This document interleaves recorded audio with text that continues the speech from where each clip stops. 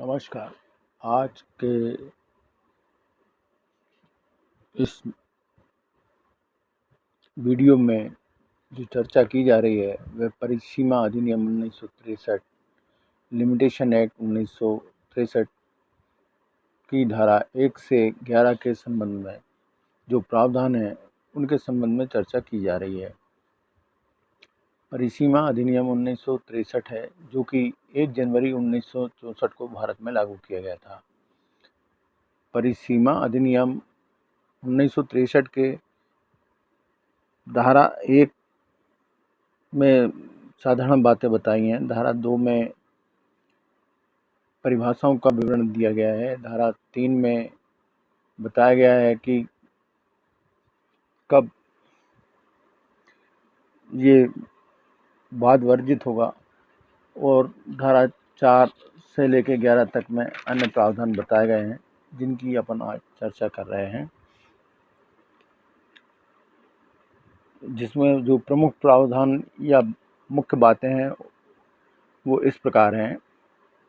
परिसीमा अधिनियम 1963 के तहत अधिकतम मर्यादा काल 30 वर्ष निर्धारित किया गया है।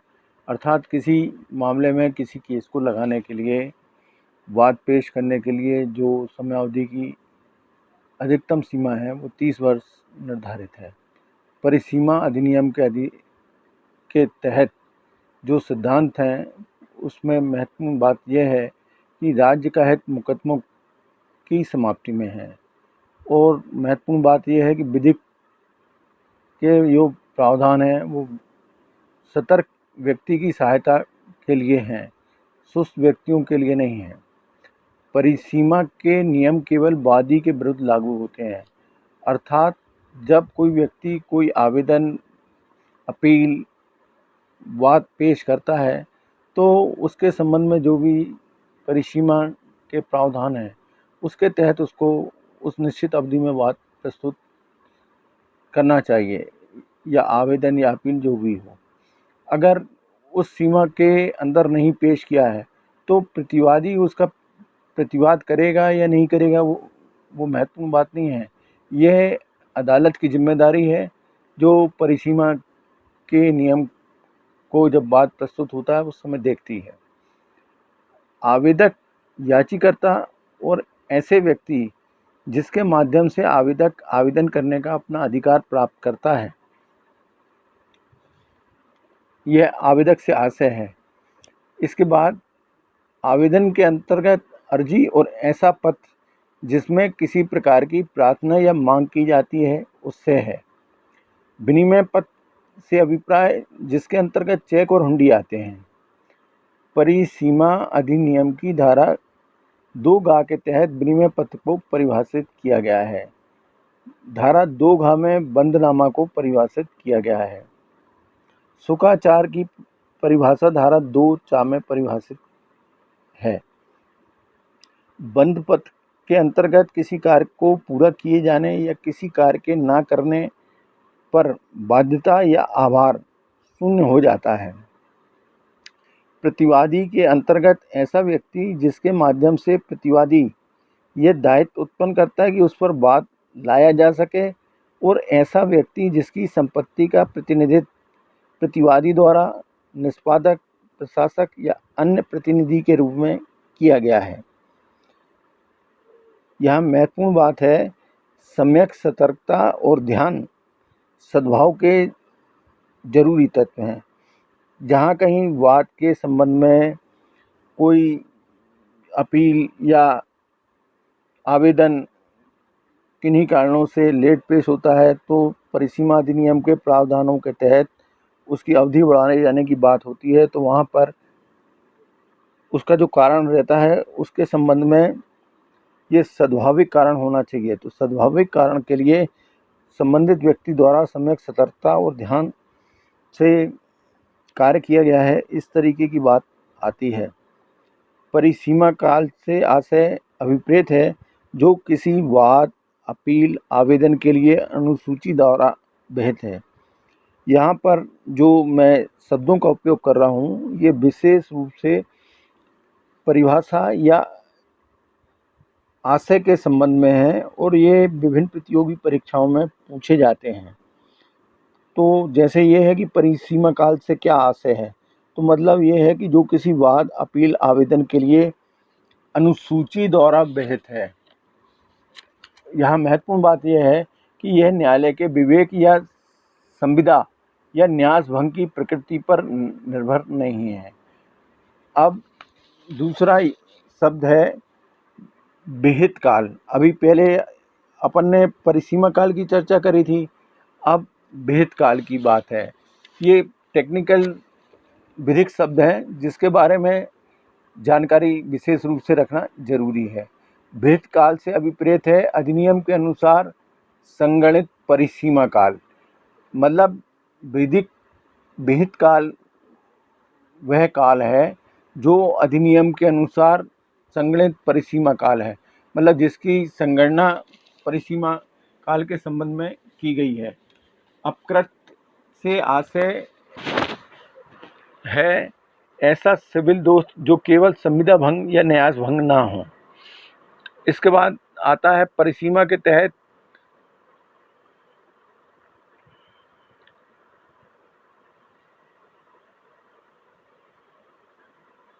परिसीमा अधिनियम के तहत विदेश से अभिप्राय है भारत से भिन्न कोई भी देश। परिसीमा अधिनियम की धारा 3 द्वारा वाद का वर्जन बताया गया है। अब बात आती है प्रत्येक वाद अपील आवेदन विहित काल के पश्चात संशोधित किए जाने पर खारिज कर दिए जाएंगे। अर्थात जो भी वाद अपील या आवेदन है उनको एक विहित काल जैसा अभी बताया था मैंने कि अधिनियम के अनुसार संगणित परिसीमा काल है, उसके पश्चात पेश किया जाता है तो वो प्रारंभिक सुनवाई में ही खारिज कर दिया जाता है। इसके संबंध में प्रतिवादी या विरोधी पक्ष द्वारा आपत्ति की जरूरत नहीं होती है। ये वादी और न्यायालय के द्वारा निश्चित किया जाता है। अब बात आती है मुजरा या प्रति दावा। तो मुजरा या प्रति दावे का आधार यह होता है कि जो दावा अधिनियम की धारा 3 के तहत एक पृथक दावा माना जाता है। मुजरा या प्रति दावे के तौर पर जो पृथक दावा होता है उसे मुजरा या प्रति दावे के तौर पर माना जाता है। धारा 4 में स्पष्ट किया गया है कि जिस कार्य के करना की संभावना ना हो उस कार्य को करने हेतु किसी पक्षकार को बाध्य नहीं किया जा सकता। अर्थात कोई ऐसा कार्य जो असंभव है उस कार्य को करने के लिए किसी भी पक्षकार को बाध्य नहीं किया जा सकता। ये महत्वपूर्ण बातें हैं जो सामान्य रूप से इस अधिनियम में लागू होती है। यदि किसी बात अपील या आवेदन के लिए विहित काल का अवसान किसी ऐसे दिन होता है जिस दिन न्यायालय बंद हो, अर्थात कोई मामला जब उसकी गणना विहित काल के अनुसार की जाती है और आखिरी दिन वो बंद हो, तो न्यायालय जिस दिन खुले उस दिन उसे संस्थित किया जा सकता है। इसके बाद चर्चा करते हैं परिसीमा अधिनियम के तहत दिवालियापन विधिक निर्योग्यता नहीं है। अर्थात दिवालियापन को विधिक निर्योग्यता नहीं बताया गया है, किंतु अप्राप्तव्य या पागलपन जड़ता विधिक निर्योग्यता है। अब इसके बाद धारा 6 के संबंध में बताया गया है वाद या किसी आज्ञप्ति को निष्पादित करने की जो परिसीमा है उसके प्रावधान धारा 6 में बताए गए हैं। अब कई व्यक्तियों में से किसी एक की निर्योग्यता का प्रावधान जो है वो धारा 7 में व्यक्त किया गया है। धारा 6 व 7 में विधिक निर्योग्यता के कारण समय के विस्तार की अधिकतम अवधि 3 वर्ष बताई गई है। इस संबंध में कई बार प्रतियोगी परीक्षाओं में पूछा जाता है कि विधिक निर्योग्यता के कारण समय के विस्तार की अधिकतम सीमा कितनी है। वो अपने आबा सादा में अलग अलग वर्ष बता देते हैं, 1 वर्ष, 2 वर्ष, 5 वर्ष, 7 वर्ष। तो जो अधिकतम अवधि विधि में बताई हुई है वो 3 वर्ष है।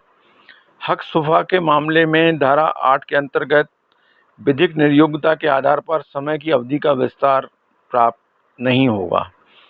इसके बाद बात आती है जहां पर एक बार परिसीमा अधिनियम का चलना प्रारंभ हो जाता है, वहां बात संशोधित करने या आवेदन की किसी पाक्षिक निर्योग्यता या अयोग्यता से वह विधि के किसी स्पष्ट प्रावधान से ही रुक सकता है। धारा 10 में बताया गया है कि न्यासियों तथा उनके प्रतिनिधियों के विरुद्ध वाद के संबंध में क्या प्रावधान है। किसी न्यासी या धार्मिक या खैराती या संस्था के प्रबंधक या उसके विरुद्ध वाद लाने की कोई सीमा नहीं है। तो ये परिसीमा अधिनियम के संबंध में जो बातें धारा 1 से 11 में की गई हैं, उसके महत्वपूर्ण प्रावधान इस चर्चा में किए गए हैं। अब अगले वीडियो में परिसीमा काल की संगणना के संबंध में, कब्जे द्वारा स्वामित्व अध्ययन के संबंध में और जो अनुसूची है उसके प्रावधान के संबंध में अर्थात धारा 12 से 32 तक के संबंध में अगले वीडियो में अपन चर्चा करेंगे। इस चर्चा के संबंध में जो भी बातें हैं वो परिसीमा अधिनियम के प्रावधानों के तहत बताई गई हैं। आप एक बार परिसीमा अधिनियम के प्रावधानों को, इस वीडियो को 1-2 बार अच्छे से सुनें और उसके बाद उसके प्रावधानों को ध्यान से पढ़ें, तो आपको ये सब चीज़ें याद हो जाएंगी। मुझसे कुछ लोगों ने कहा था कि ज़्यादा लंबी वार्ता का वीडियो होने से ध्यान भंग होता है और वो चीज़ें पूरी तरीके से समझने में नहीं आ पाती। इसलिए मैं ये जो कानूनी चर्चा है, जो विद्यार्थियों और प्रतियोगी परीक्षाओं के लिए बनाई जा रही है, जिसका उनको लाभ हो, तो और जो भी सुझाव हो और या जो भी आपके प्रश्न हो उसको आप कमेंट बॉक्स में करिए। अगली चर्चा में उनका समाधान किया जाएगा। और कोई विशिष्ट चर्चा के लिए बात हो तो मेरा नंबर 7004721886 है। आप मिस कॉल दीजिए। अगर मैं उस समय उपलब्ध होऊंगा तो उसी समय चर्चा करूंगा, नहीं तो बाद में जो भी समय निश्चित होगा उस पर अपन चर्चा करेंगे। धन्यवाद, नमस्कार।